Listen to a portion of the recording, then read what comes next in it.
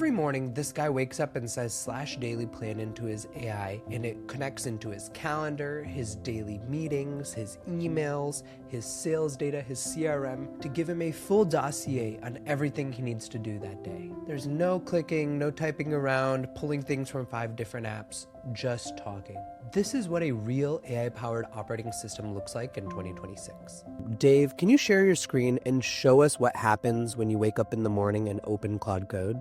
Hey there, can we do a daily plan for the day today, please? Thank you, love you. Always say love you because I do think it changes how we feel about our AI, particularly when we're using voice to text. Okay, so what's I going to do? It's going to go through and pull everything together. So we have a daily plan command here, essentially, that's baked up. So we have a daily plan command here that's baked in with a whole bunch of goodness, which I'll talk about in a second after it pulls everything together. And it's looking at a whole bunch of material. It's looking at my calendar, which is connected. It's looking at my weekly goals. It's looking at my quarterly goals, literally the kitchen sink, and pulling everything together. It pulls in all sorts of data coming from, say, Clari, our sales forecasting tool, coming in from Granola, all from Granola, all meetings from Granola come in 30 minutes after the meetings happened, and everything gets pumped in here. You can see down here at the bottom, YouTube Intel, LinkedIn Intel, email newsletters, a whole bunch of stuff now is coming through. I will have a daily plan page in a sec. Wow. What are we looking at here? What app is this? I'm not familiar with it. This app here is Cursor, and it's where I'm doing my work at the moment. And to be honest with you, Cursor is a great place to start for people because what you have here is it's a development environment for engineers typically, but we're seeing an awful lot more people coming into Cursor now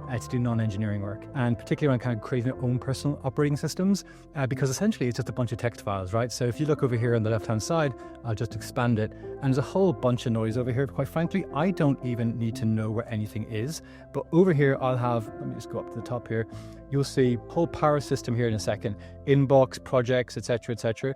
I never look at any of it. I just trust that the AI knows where to find things. But essentially, Akash, everything's a text file, and that's what's so good about it. Everything's a markdown file, actually, which is even better for the AI to dance with. So everything comes in as markdown files, appended to existing files, or new files are created, and then the AI is able to do its dance and its shenanigans with you. And you mentioned that it's connected to all these systems. How are they connected? Have you used MCP connections, API connections? Typically what I do, MCP is better for AI than the APIs. And so sometimes if I'm trying to get an integration, as we're doing recently with Clari, our sales forecasting tool here at Pendo, I'll just go to the API documentation. I'll tell Claude through voice, hey, can you have a look at the API documentation for this? I've got an API key for you. Create me an MCP server. The reason an MCP server is great for this is because actually it acts as better guardrails for the AI to do a more effective dance with the content and bring it in any way you want. So you could just literally go in and point it at API documentation, go, hey, look, we've got this PKM system here right now. Like, knowing what you know of having read the API documentation, how can we make it even better? Like, what could we do? How can we go to town with this? And literally it comes back to you and just delights you with lots of other use cases that you might not necessarily have thought of because it's literally just ingested all the API documentation into your system for you, so it can actually then get some sense of how to build more value for you on top of what you already have.